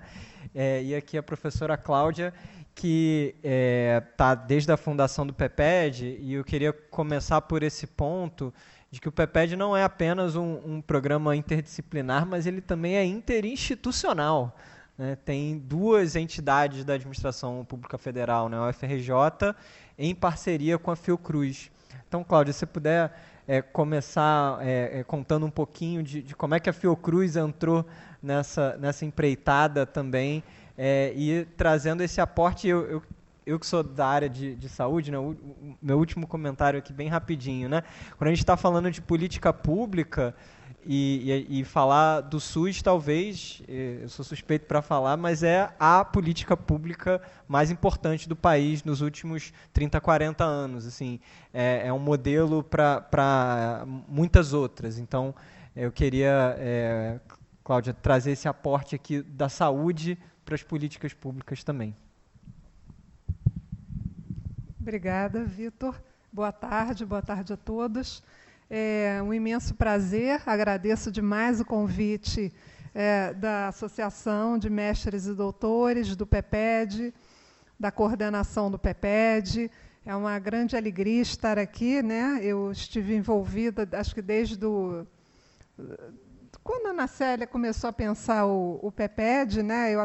E foi um exercício para mim, foi um exercício de memória, um exercício um pouquinho de olhar o futuro, né? Analisar o presente, olhar o futuro. Trouxe umas notas, eu não vou ser muito extensa, tá? Por favor. Eu acho que o PEPED é essa rede que constrói conhecimento, né? Acho que eu enxergo dessa maneira. Esse 15 anos é um marco extremamente importante. ele traduz esse esforço na elaboração de um centro estratégico para pensar políticas públicas no Brasil, né? E, nesse escopo, como o Vitor já adiantou, a saúde desponta como um dos eixos, um dos temas estruturantes do PEPED, pela sua importância social, né, e econômica, né? É um setor que mobiliza recursos, né, recursos de várias naturezas, em grande escala, né, e gera capacidade assistencial, gera capacidade produtiva, gera capacidade regulatória, inclusive nos elementos concorrenciais, né, professor Prado? Gera um sem número de milhões de empregos no Brasil, né? Você sabe mais, conhece melhor o campo, né? E mexe com a vida de cada cidadão, né? Então, se a gente está tratando de saúde, a gente também tem que necessariamente primeiro colocar o cidadão no centro das nossas preocupações, o cidadão no centro do problema, né? Da resolução, né? Então, cabe lembrar também que um outro aspecto que eu acho importante, né, e aí já faz o link com o comentário do Prado, professor Prado, é que o Estado do Rio de Janeiro conta com muitas instituições de saúde pública, né? Seja em nível federal, seja em nível estadual. A gente tem o campus do Fundão, com diversas instituições dedicadas à saúde, o Hospital Universitário, o CCS, outras, o INCA, a Fiocruz e tantos outros, né? E também outras instituições, inclusive financeiras, a sua, né? O BNDES, né? Temos Médicos Sem Fronteiras, né? Também, hoje, cada um com um nível de desafio aqui impressionante, né? Vitor aí está cuidando do nosso complexo industrial da saúde, né? E Renata está olhando para Gaza, né? A agenda dela é de domingo a domingo, Gaza, né? Então, assim, temos pessoas em campo, com preparações estratégicas em campo estratégico. Também temos setor privado, com farmacêuticas no Estado, né? E outras organizações do setor, né? Então, coube a Fiocruz ser parceira no PEPED, uma grande honra, né? A entrada não vou repetir, mas a entrada da Fiocruz se deu pelo APCN. Foi a primeira vez que a CAPES ofereceu, naquela época, em 2007, um APCN em modalidade parcial, né? Associação parcial, e a gente já tinha, né, uma conversa. Eu participei daquele curso de especialização que a Renata Larovere mencionou, que o INPI fez com o CCJE, ainda na época que o Alcino estava coordenando, né? Eu dei aulas foi um ambiente muito interessante. E havia também um grupo que a Ana Célia não mencionou, a Leopoldo mencionou o NUPA, que eu também faço parte, mas eu fazia parte do Minds, que era a Ana Célia também, que é uma mega empreendedora, para usar o termo moderno, né? A gente pode entendê-la como uma locomotiva aí da área de... Empreendedor em série, né? Serial entrepreneur, né? Como é que fala em inglês? Né? Então, é empreendedor em série, né? Então, ela e Morel são assim, né? Os dois são assim. Professor Carlos Morel também, né? Então, a gente começou e a gente se vinculou a essa associação parcial na área de inovação e propriedade intelectual, que era o antigo IPID, né? E áreas que são muito caras. A área da saúde, né? A saúde é muito sensível aos elementos de propriedade intelectual, e a saúde também, pela agenda brasileira, é sensível também aos investimentos em inovação, né? Recursos, né? E aí a gente teve, e aí eu lembro também, nesse exercício de memória, o convite ao Morel, né? O Morel, eu que levei o convite ao Morel para ingressar aqui no curso, né? Ele prontamente aceitou, né? Ele tinha passado já 5 anos em Genebra, coordenando a área de doenças negligenciadas na OMS. Ele tinha chegado há pouco tempo, estava com a missão de construir o CDTS e assumiu mais uma missão de ajudar a construir o PEPED, né? Então, tivemos outros professores aqui vinculados à saúde, temos, né? A Lia Razencleve, a Júlia Paranhos, em outro tempo a Lena Lavinas e tantos outros, né, que que ajudaram a construir aqui o nosso tema da mesa, né? Então, eu fiz toda a discussão na Fiocruz, e um caso muito peculiar é que a gente aprovou 1 ano antes da UFRJ. Né? Eu fiquei responsável por fazer o convencimento lá, comissões, etc., aquelas coisas de serviço público, né? Você tem que ter aprovação, e a gente aprovou 1 ano antes, né? Então, é isso. Aí eu fiquei esperando a UFRJ, mas aí eu ia às reuniões e eu falava, gente, a gente aprovou, por favor, né? Bora! E aí outro elemento também que me chamou a atenção é que a saúde ela é, por natureza, interdisciplinar. Você não resolve o problema de saúde com a perspectiva disciplinar. Isso é impossível, né? Então, a Fiocruz ela nasceu interdisciplinar. Né? Ela é interdisciplinar. Então, ela recebe muito bem esse tipo de iniciativa, que é uma iniciativa interdisciplinar. Né? E um exemplo foi todo o enfrentamento nosso à pandemia da Covid, que a Fiocruz ficou no Jornal Nacional todos os dias, né? E ela exigiu uma abordagem econômica, social, de vigilância, enfim, de relações internacionais, né? Porque a gente teve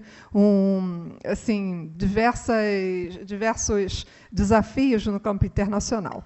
Outro aspecto que eu também quero lembrar nessa questão das memórias é a coordenação pelo Morel do Instituto Nacional de Inovação em Doença de Populações Negligenciadas, né? que é um centro de reflexão, mas financiou algumas teses nossas, né? E também é uma âncora importante de um grupo de pesquisa, e ela foi importante especialmente nos últimos anos de vacas magras, né? Então, que os financiamentos ficaram mais escassos, e o INCT, que o Morel coordena, foi uma âncora importante, né, para a gente manter unido. Apesar disso, eu quero ressaltar, nós sofremos, e estamos sofrendo ainda, um intenso brain drain, inclusive no nosso setor. Tá? Perdemos muitas pessoas extremamente qualificadas para o exterior, contratadas, então é um elemento que a gente tem que olhar também. Né? Então, eu acho que isso aí tem essa convergência de interesses, né, entre a Fiocruz e o UFRJ, né, uma convivência muito rica, né, em que e a gente teve também elementos de coorientação, né, de participação em bancas, e é um espaço nobre de aprendizado, né? A gente aprende muito com as pesquisas dos mestrandos e doutorandos,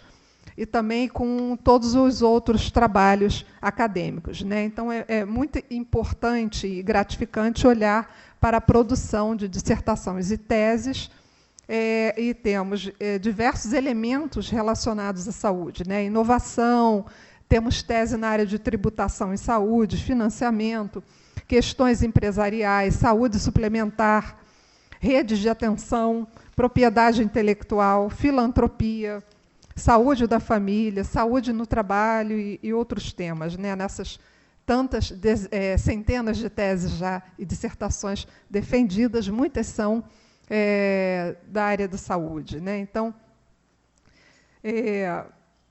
a criação do PEPED, então, permitiu reunir essas distintas competências e se propõe a entender e propor soluções para problemas brasileiros.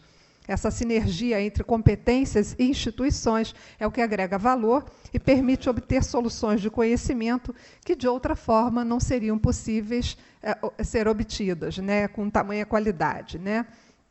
E aí, nisso, eu faço uma pequena reflexão e vejo alguma similaridade com os propósitos, até com os próprios primeiros anos de vida da Fiocruz, né? Oswaldo Cruz, Carlos Chaga e outros cientistas criaram capacidades e reuniram diferentes disciplinas para enfrentar problemas tipicamente brasileiros, né? As epidemias da época, as doenças do sertão, as doenças do Brasil profundo, como a doença de Chagas, colocando a ciência, a melhor ciência, a serviço dos brasileiros. Hoje o Brasil é outro, e os problemas nos campos das políticas públicas em saúde, né, extremamente complexos. Temos uma brutal desigualdade social, acesso irregular a serviços de saúde, trabalho informal, déficit de moradias, déficit de saneamento, violência urbana, convivência de doenças crônicas e doenças infecto-contagiosas, imenso déficit da balança comercial em farmoquímicos, em biológicos e outros insumos, né, importantes para a saúde, refletindo a vulnerabilidade no campo da inovação e da produção local. Por outro lado, temos um patrimônio, que é o SUS, né, o Sistema Único de Saúde. E aí eu lembro a nossa Constituição, o artigo 190, a saúde é um dever do Estado e um direito de todos os cidadãos, né? Então, a gente precisa trabalhar para fortalecer o SUS, o Complexo Econômico Industrial da Saúde, com programas e ações em defesa da vida e da população, né? Então, em cada um desses temas, que é parte da agenda de saúde brasileira, eu vejo grande e permanente capacidade do PEPED de realizar análise e proposições de intervenções, bem como formar pessoal com alta qualificação para atuar na linha de frente ao enfrentamento desses problemas brasileiros em saúde, né? Então, e quase já chegando no final, não podia deixar de mencionar o imenso desafio sanitário, econômico e político do século XXI, que foi a pandemia da Covid-21, né? Que atingiu a todos nós e exigiu, inclusive, até mesmo um novo modo de dar aulas, né? E orientar, né, e novas maneiras de se relacionar por meio do elemento digital, né, dessa questão digital. Eu cheguei a orientar uma tese de mestrado inteiramente virtualmente, em que eu não encontrei a pessoa, né? Foi toda feita por meio à distância, né? Então, com a pandemia, vimos mais do que nunca a importância da reflexão sobre políticas públicas, um desafio humanitário que exigiu sistema de vigilância nacional e regional robusto e capacidade de desenvolvimento tecnológico e inovação, diplomacia da saúde no contexto da saúde global, atendimento de saúde primária especializado.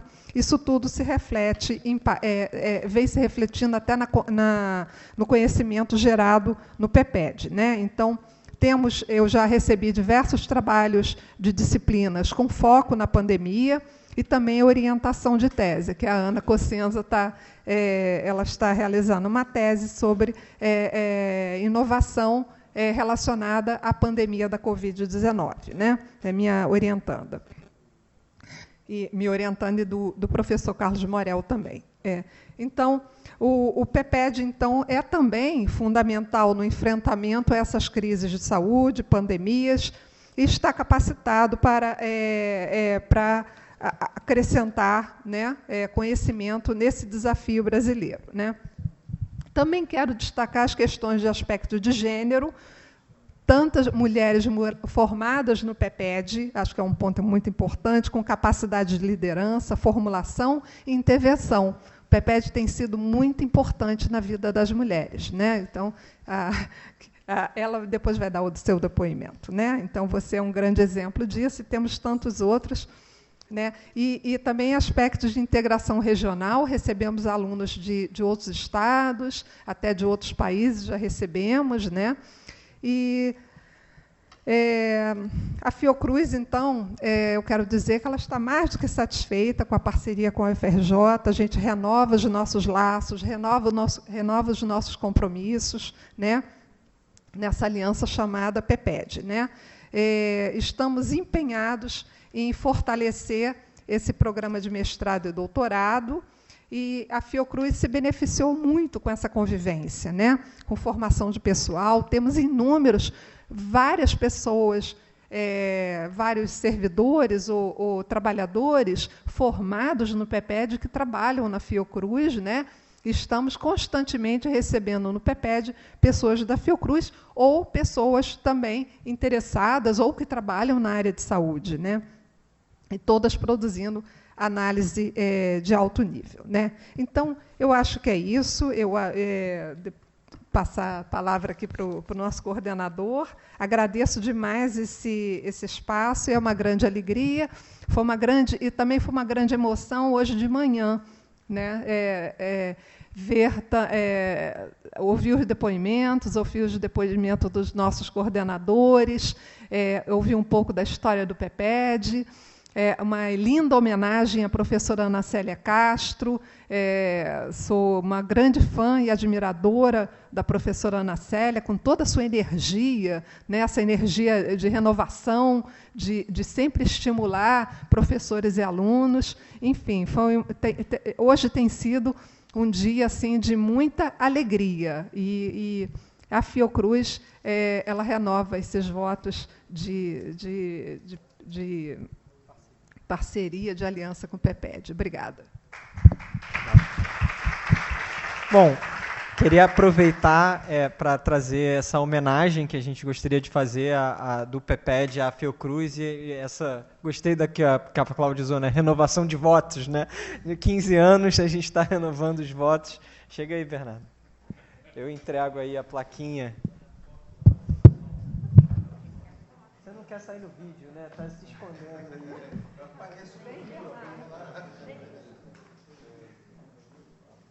Vitor, olha para mim. Calma. Olha que lindo, gente. Belíssimo, belíssimo. Peraí.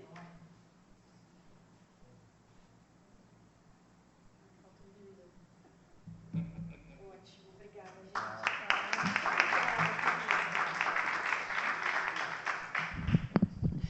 gente. Gente, acho que essa primeira sessão aqui da saúde, acho que a Cláudia se preparou muito, né, Cláudia? Obrigado. Foi ótimo. Queria convidar a Renata para a conversa, que é advogada de formação, né? Então, o que você veio fazer aqui no PEPED e como é que o PEPED ajudou na sua trajetória profissional para você chegar onde você está hoje, né? Que é possivelmente aqui uma das nossas egressas mais ilustres, com certeza, tá? Então, eu queria que você contasse um pouquinho dessa história e como é que o PEPED te ajudou na sua trajetória. Opa, vamos lá para a gente não causar um acidente na chegada. Boa tarde. Boa tarde a todos e todas vocês. É um prazer estar aqui, ser convidada. Eu não sou nada disso que você acha, enfim, mas eu agradeço essa deferência de um colega. Tenho uma alegria enorme de estar aqui com a minha orientadora, e, como sempre, ela é infinitamente mais preparada do que eu. Não aprendi todas as lições que ela me ensinou ao longo dos anos que estivemos juntas na condição de orientadas e orientadora e orientada, mas somos amigas. Também uma prova para os que estão aí cursando que é possível sobreviver ao doutorado com laços extremamente fortes de amizade, respeito e parceria. Então, é uma honra, uma alegria compartilhar essa mesa com uma pessoa tão importante na minha trajetória como é a professora Cláudia e o professor Morel, que hoje, infelizmente, não pôde estar aqui com a gente. Bom, para quem não me conhece, eu sou Renata, eu sou da turma, eu entrei em 2010 no PEPED para fazer doutorado, eu sou jornalista e advogada de formação, fiz um mestrado em política, em ciência política, e eu tenho uma trajetória muito não usual, assim, eu diria, entre os meus colegas. Sempre foi assim, eu acho que vai continuar sendo assim enquanto eu estiver ligada, de alguma maneira, à academia, né? Eu sou uma ativista, assim que eu me defino, sempre fui uma ativista de direitos humanos, trabalhava, naquela época, numa organização de direitos humanos que trabalhava com HIV.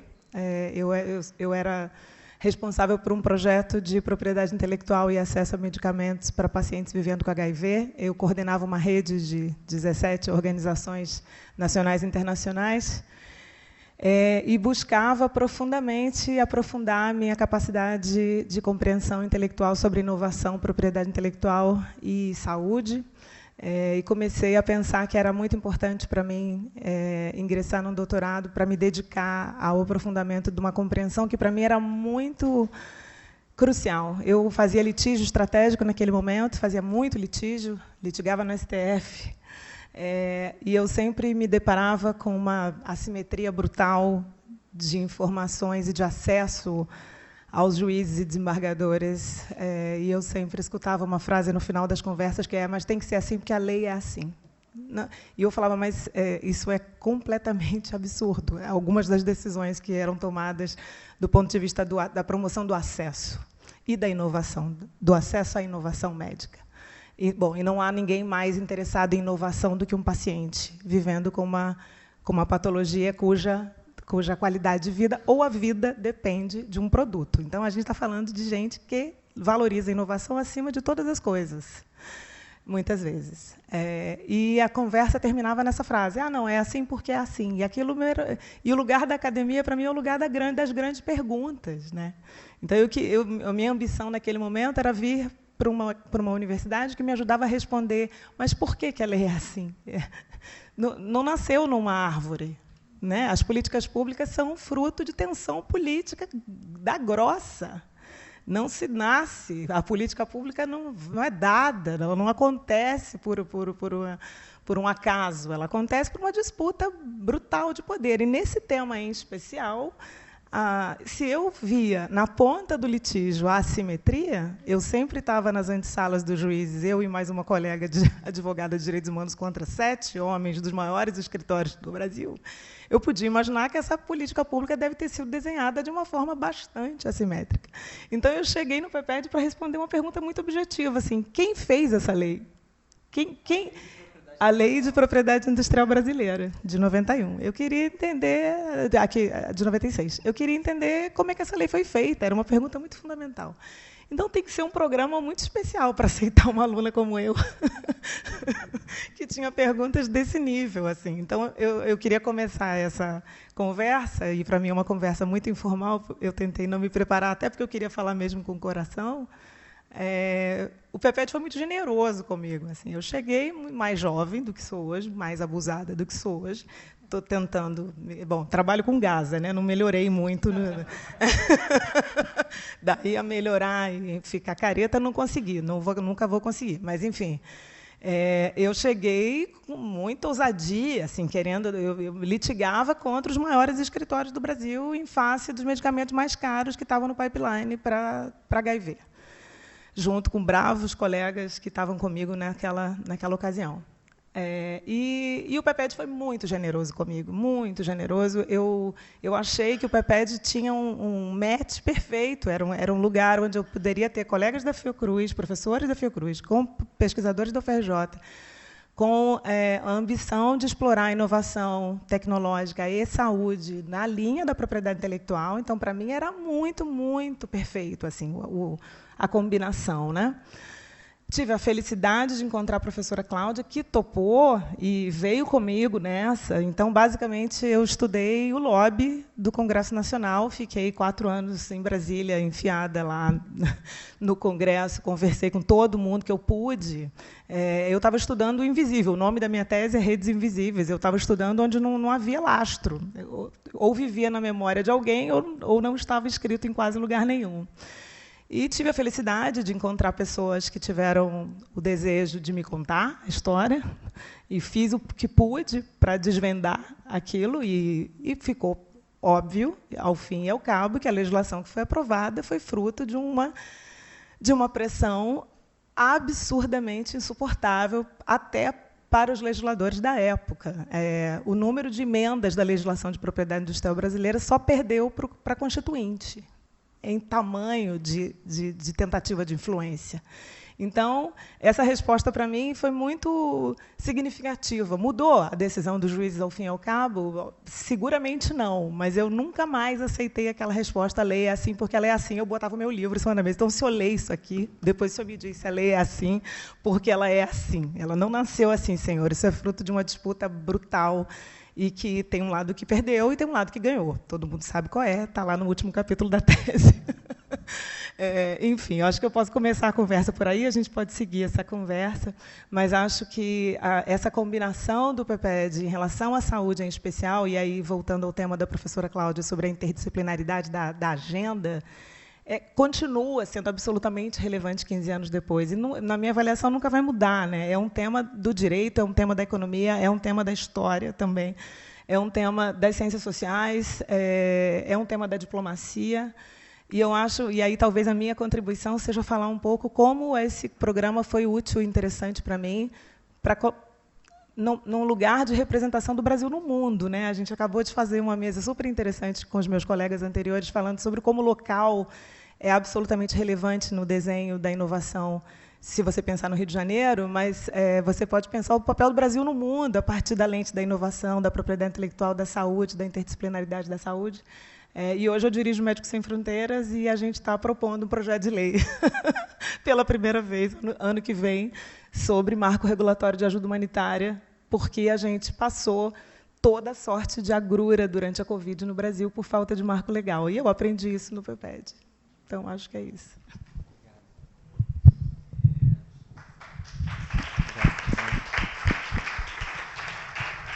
Gente, assim, dando como moderador, aproveitar e dar meus 2 palitos, assim, acho que uma das questões mais importantes que eu acho que a gente que está na ação, né, pessoas que estão trabalhando diretamente com as políticas públicas, né, eu também lá no BNDES, e interação também com Brasília, Ministério da Saúde, Anvisa, enfim, tem todo um ecossistema, é um pouco se entender no mundo, né?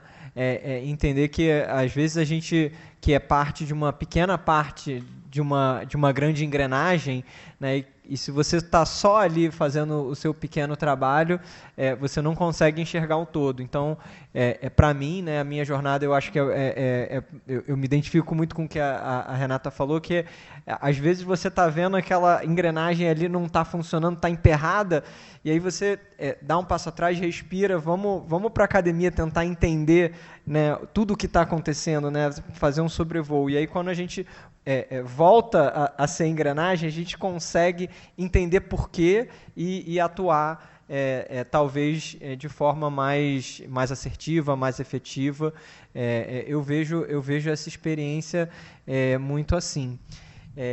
Cláudia, eu queria trazer para você assim, como é que é esse desafio de orientar. Essa pergunta não estava combinada, mas de orientar pessoas tão diferentes, né? Que eu acho que é um desafio da interdisciplinaridade, né? Trazer pessoas que têm formações e bagagens muito diferentes e trazer, né? Enquadrar, como o Léo trouxe ali, enquadrar, mas também deixar a pessoa sonhar, né? Que eu acho que é um equilíbrio bacana. Eu queria que você trouxesse um pouquinho dessa sua experiência também. Não, com certeza a questão da orientação, que passa muito pela questão metodológica, né, é sempre um desafio, desafio da metodologia e interdisciplinaridade, né? E eu aprendi muito ao longo desses anos. É claro que eu tinha uma visão quando eu comecei a orientar aqui, e ela foi se transformando, a gente vai aprendendo, e a convivência com tantos docentes, que cada um com seus desafios, as convivências nas bancas, isso foi tudo fatores importantes para o aperfeiçoamento, né? Alguém aqui falou em evidências, né, que a gente tem que se basear em evidências. A gente tem certos parâmetros que a gente não pode abrir mão, né, do rigor metodológico, inclusive na interdisciplinaridade, né? Então, esse exercício da orientação, o aluno, normalmente ele vem com um problema, a gente tem o enquadramento teórico, esse olhar empírico, mas a gente chega nesse consenso de que o desenho da pesquisa ele vai seguir certos parâmetros para poder ter o maior rigor possível, né? E agora, quando a gente lida com mais de uma disciplina, aí a experiência ajuda, né? Então, ao longo dos anos, a gente foi aprendendo, aí eu posso falar tanto por mim como pelo professor Carlos Morel, a gente foi, enfim, aprendendo a lidar melhor com essas questões, né? E eu acho que a gente está tendo bons resultados, porque a gente consegue produzir teses de ótima qualidade, com impacto nas políticas públicas, e Acho que esse é um processo, mas é um aperfeiçoamento constante, até porque as técnicas mudam, o olhar do problema muda, enfim, a abordagem... Hoje, a gente está, na área, por exemplo, em várias teses, não foi o caso dela, né, mas em várias teses, por exemplo, que eu oriento sobre, que constrói cenários patentários, a gente já está pensando até em usar inteligência artificial para poder acompanhar, porque isso é, enfim, uma tendência já.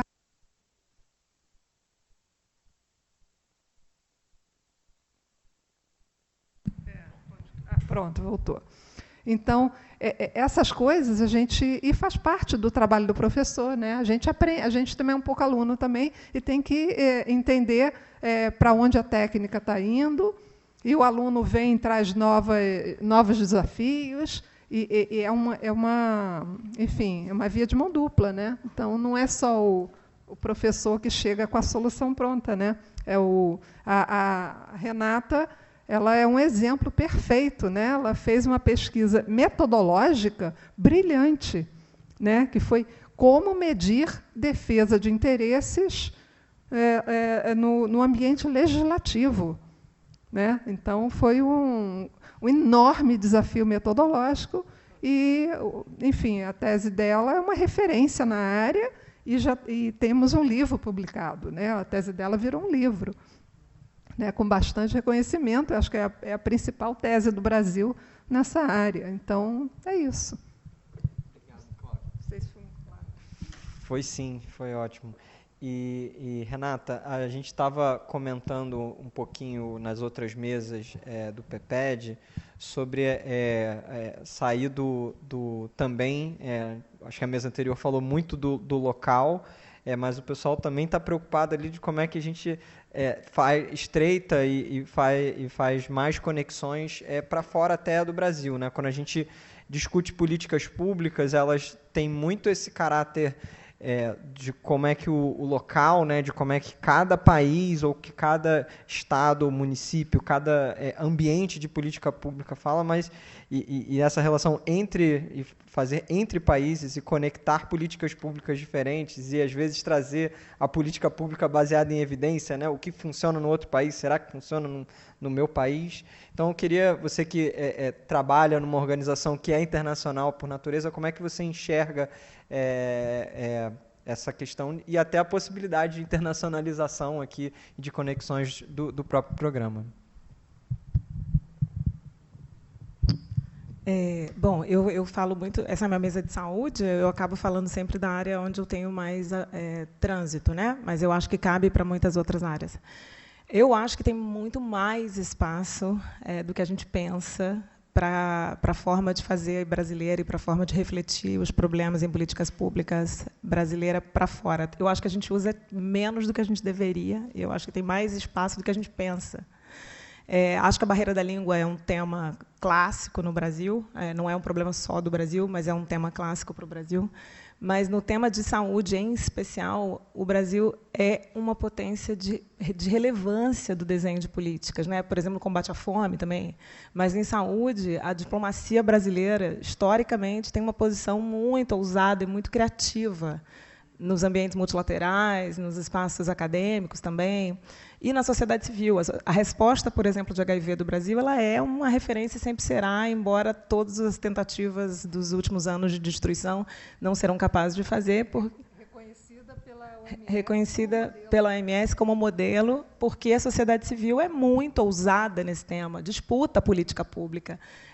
O Brasil disputa a política pública, não é uma conexão de pedir e receber, é uma conexão de construir a política per se, né? Ela é boa porque ela foi feita na pluralidade da dinâmica brasileira, em alguns temas, em outros não, por óbvio, mas esse é um tema de muito relevo.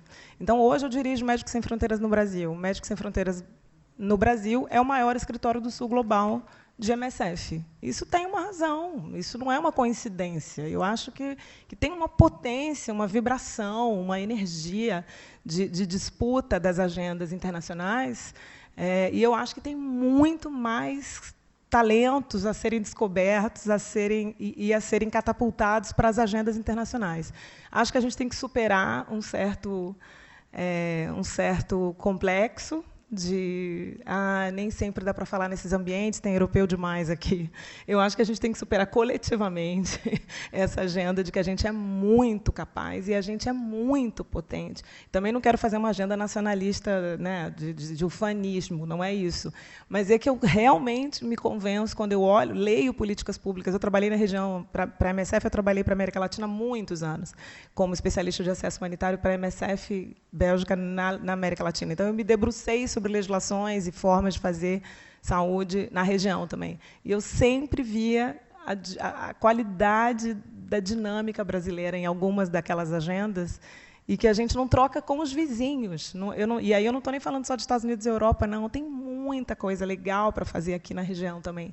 Então, eu super estimulo o PEPED que a gente dê um passo mais ousado para as conexões internacionais. Eu sou professora da PUC hoje em Relações Internacionais e vejo claramente quanto espaço tem para essa casa crescer nessa direção. Eu e a Cláudia, a gente estava comentando mais cedo também, né, da criação do PEPED também com o professor Carlos Morel, e eu queria comentar um pouquinho, lembrar de uma historinha aqui, né?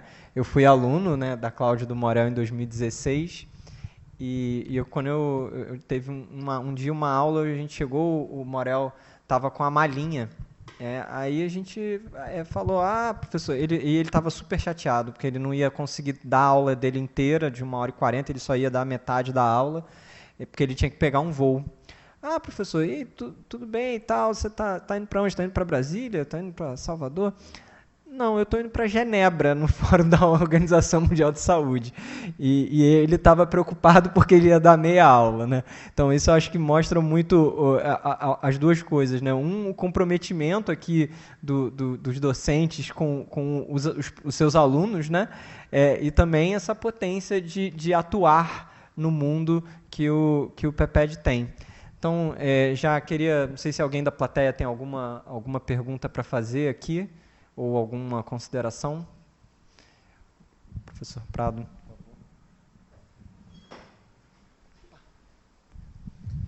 Eu queria chamar a atenção justamente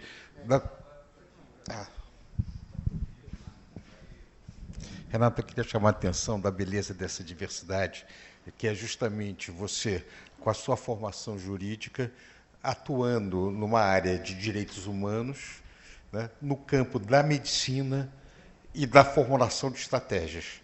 Então, é exatamente isso que me parece que é uma contribuição que uma instituição como a nossa pode fazer, que é juntar o improvável. Eu fico muito feliz de ver que a maior parte dos alunos que chegam aqui são alunos inconformados com as trajetórias tradicionais, porque é isso que nós temos a oferecer. E é isso que nós temos que explorar mais. Quer dizer, nós, certamente, e um dos campos que nós precisamos ampliar muito é políticas públicas na área da saúde, em especial na parte indústria, que é a nossa tradição, e também na discussão das questões associadas às relações econômicas internacionais. Como você sabe, a questão de patentes é inexplicável fora das questões associadas às negociações internacionais dentro da OMC. Essa dimensão ela tem que ser certamente colocada. Por outro lado, não existe setor no mundo, nenhuma atividade industrial é mais lucrativa do que a indústria de saúde. É uma área que nós não atuamos, a parte de serviço de saúde, mas isso é também serviço de saúde. Nós vimos quantos milionários surgiram num país como o Brasil nos últimos anos. A ausência de políticas dentro dessa área é chocante e de reflexão. A questão do atendimento da saúde, o papel da ANS, por exemplo, que tem que ser muito refletido, porque, afinal de contas, embora ela seja suplementar, representa algumas dezenas de milhões de pessoas num país como o nosso. Então, é só aqui chamar a atenção da contribuição e dessa junção aqui, né? BNDES, o Médicos Sem Fronteiras, Fiocruz, o FRJ, essa diversidade que faz a nossa força. Então, e é a partir de vocês que nós vamos continuar levando esse projeto adiante. Muito obrigado.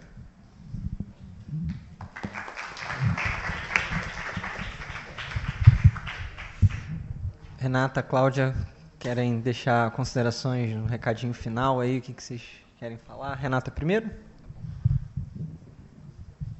Acho que só agradecer, dizer que eu venho de uma semana dura de negociação com as coisas que estão acontecendo, infelizmente, no Oriente Médio. Aí vir aqui e a gente falar sobre possibilidades, potências, futuro, para mim foi um pessoal alívio e alegria. Queria agradecer muito esse convite e dizer, de fato, que mais interdisciplinado que a gente aqui está difícil de ter, mas eu acho que é essa a nossa potência mesmo. Essa casa é uma casa que aceita muitas entradas, né, de muitas portas diferentes. Eu acho que isso é uma grande riqueza desse curso. Obrigada.